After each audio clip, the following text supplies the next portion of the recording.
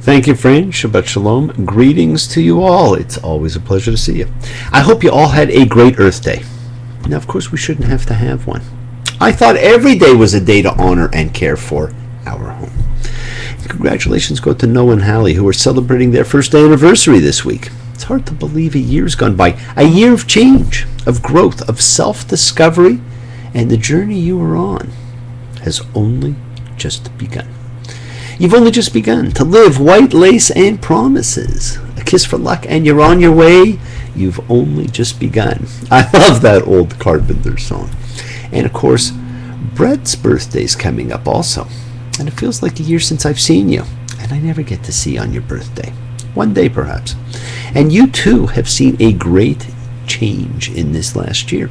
New job, new apartment, new beau. Keep on choodling. And for all you easy riders out there, we're only a month away from the BAD Ride, the motorcycle charity event which stands for Bikers Against Despair, BAD, in which the funds go to the support of distress centers, which provide around-the-clock emotional safety net for those who are socially marginalized, distressed, and in crisis. So please go to thebadride.com and make a donation. And we are told to reach for those in distress in this week's Parsha to help them, to bring them back to community. Now, we talked last week about the concept of impure and pure, and that's going to come into play again this week. And friends, because of translation, interpretation, and projection, we often translate tamah and tahor, impure and pure, as unclean and clean, but they're not the same. To be tamah is to be in a particular condition, the qualities of which are invisible, but which can be transmitted to other people or objects simply by contact. Now, one comes to be in a condition of being tamah as a result of specific events, from menstruation, which this week's parsha is partially about, from other flows from the body's sexual organs, from a woman's giving birth, from contact with a corpse, from certain forms of leprosy, which this week's parsha is also about, or from contact with persons or objects, which already are tamah. Now, the common point seems to be that these are all things that most people in most societies instinctively do not want to touch. Blood, semen, diseased skin, corpses. Now, maybe I'm wrong, but none of them are too appealing to me. Maybe if this was some kind of like a zombie movie, and that seems to be all they make these days, it would be appealing, but you know what? It just might be that the ancient Israelites came to give all these things that they found repugnant to touch a common name, which is tamah, impure. Now this week we have another one of our double parshas, and it's a very interesting one. It's really all about the division, the distinction, the separation between impure and pure, and the steps to be taken to correct the situation. It deals with the level of impurity, tamah, that a woman undergoes when giving birth. There's a different amount of time for recovering from the impurity from giving birth to a boy, from the impurity for girls. It's double the time for girls, and no one knows why. And no, it's not because girls are twice as impure. This week we immerse ourselves into the world of impure and pure, or distinctions, as we examine Tazria and Metzora. She will conceive and leper. Now these, my friends, are really lousy titles, but what an opening Leviticus 12:2 has. Speak to the children of Israel, saying, a woman, when she will bear seed and give birth to a male, will be impure 7 days.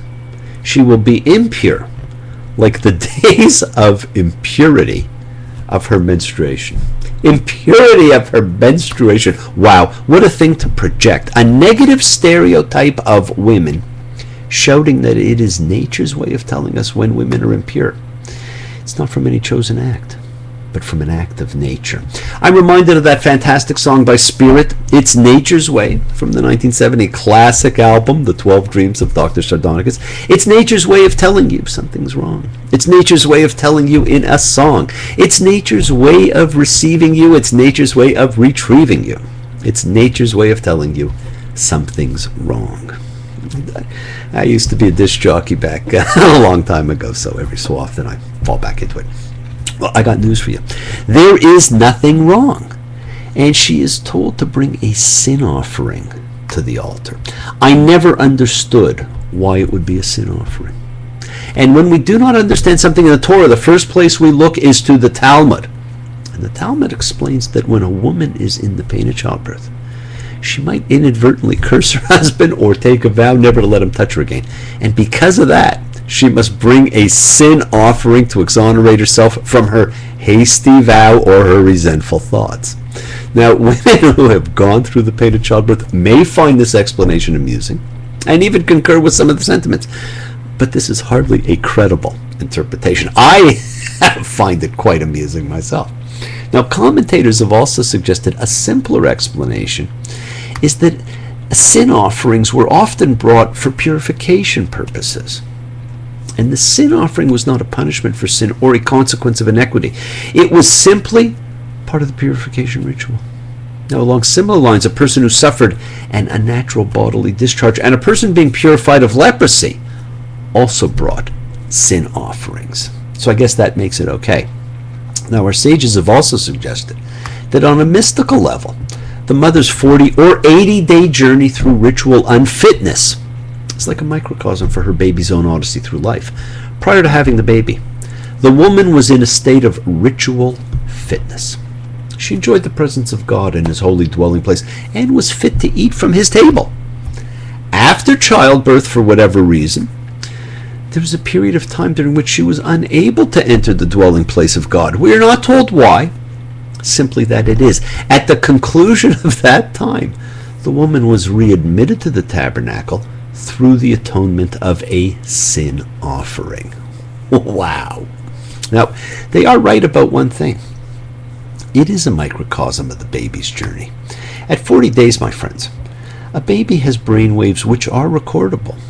The baby is thinking and beginning to put in motion its own life, its own destiny. Thoughts are things. The Torah is a book of metaphor.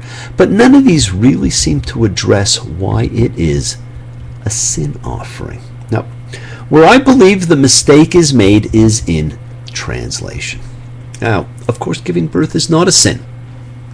Isn't mankind told to be fruitful and multiply? Were we supposed to clone ourselves? And we simply got it wrong.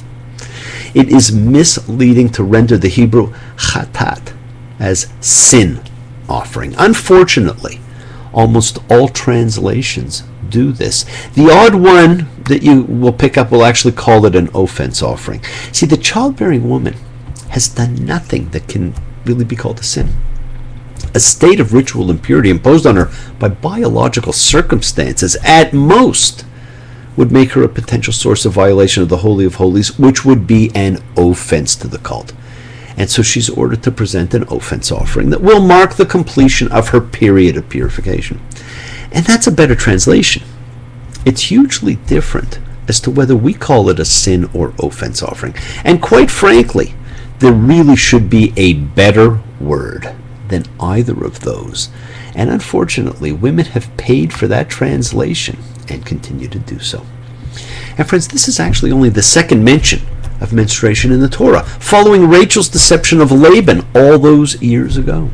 But this time, it is talked about matters of law, and this renders the natural rhythm and flow of life as a specific condition with particular legal status. Now, for many, it's simply a form of contamination.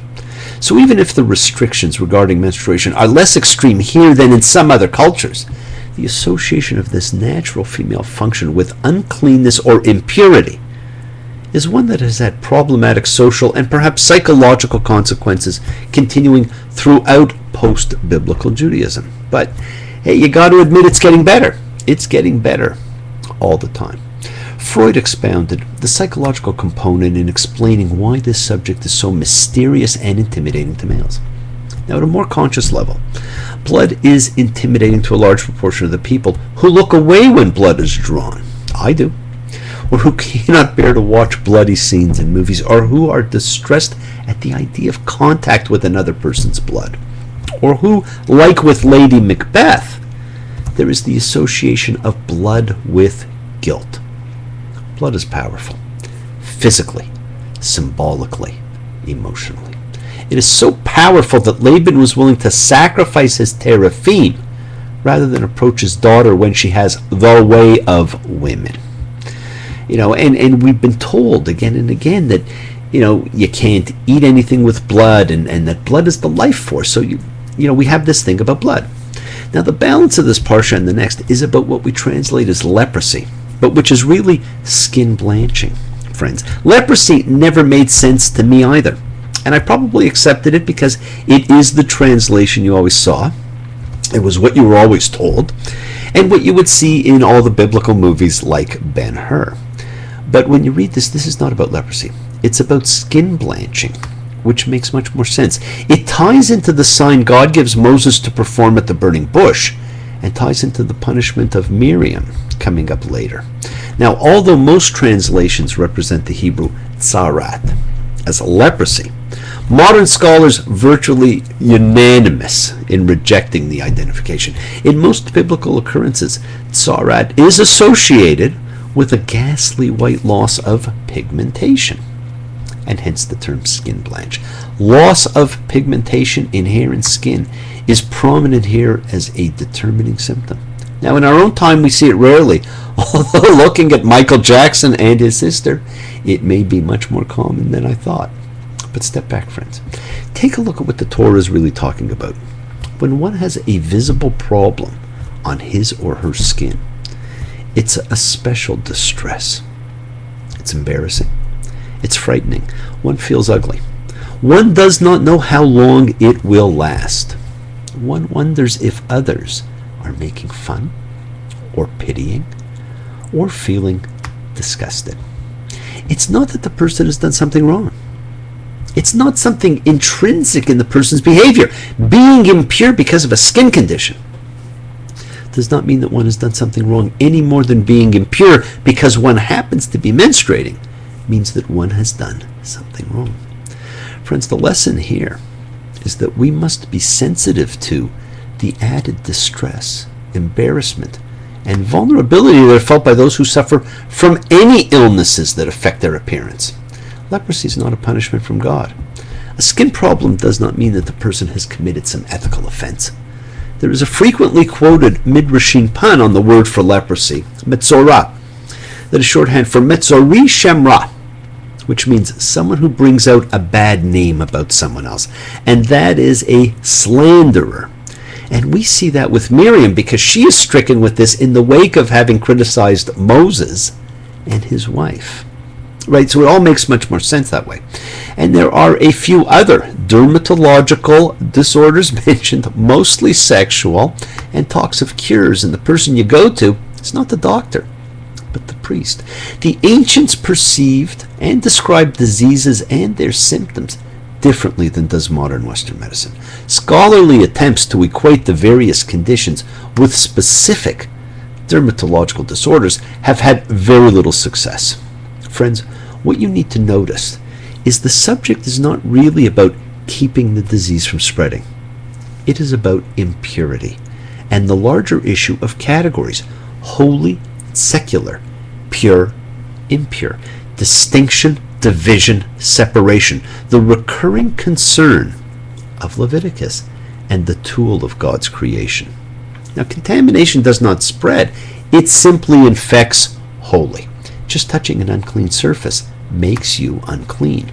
So the shift from pure to impure happens entirely and instantly. And part of the cleansing process is a repeat of what we saw with the ordination ceremony: the placing of blood on the right ear, thumb, and toe. Now, we didn't talk about it then, but I did get a few questions, and so I'll explain it to you now. Why the earlobe, the thumb, and big toe? Well, you see, my friends, the ritual works by representation. From the protrusion of the head via the earlobe to the protrusions of the hand and the foot, all on the right side, the governing side, the person being cleansed is symbolically covered with the blood of the offering from head to toe without actually being immersed in the blood. It is a symbolic mini mikvah of blood. And in both instances, my friends, there is a transition being effected. Here is from impure to pure. In the priestly ordination ceremony, it is from secular to holy.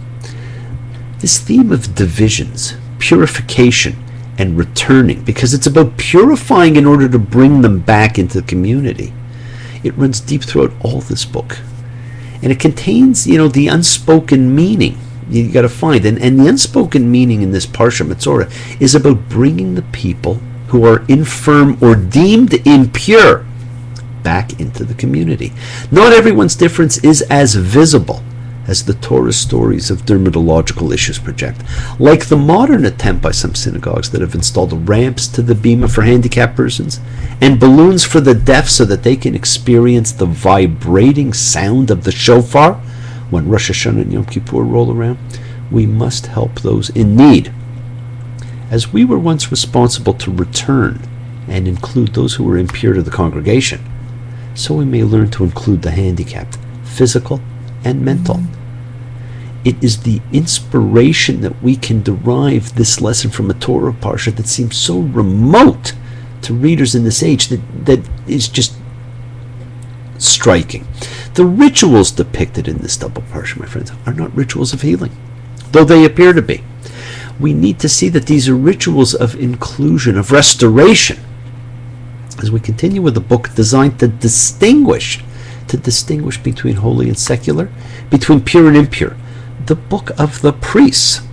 She said, there is no reason, and the truth is plain to see, but I wandered through my playing cards and would not let her be one of 16 Vestal virgins who were leaving for the coast. And although my eyes were open, they might just as well have been closed. Open your eyes, my friends, open your hearts. Free your heart from hatred, forgive. Free your mind from worries, because most never do happen. Live simply, appreciate what you have, give more to the world. Expect less from others and more from yourself. Noah, have a wonderful anniversary. Brett, a fantastic birthday, friends. Light a candle, make a wish. Celebrate your life and the lives of those you love. Live free, be free, and honor your freedom. Be well, be happy, be blessed. Share and honor the light and all who live in the light, and continue to shine. Continue to send everyone you know goodwill and love. Pray for peace and freedom for everyone, and end to terror and to hatred. And remember, friends, we are a community. We learn together, we celebrate each other, we love each other, we help each other. Thank you all, love you all. See you all next time. Wishes do come true. Never stop wishing, never stop loving. Take care. Bye.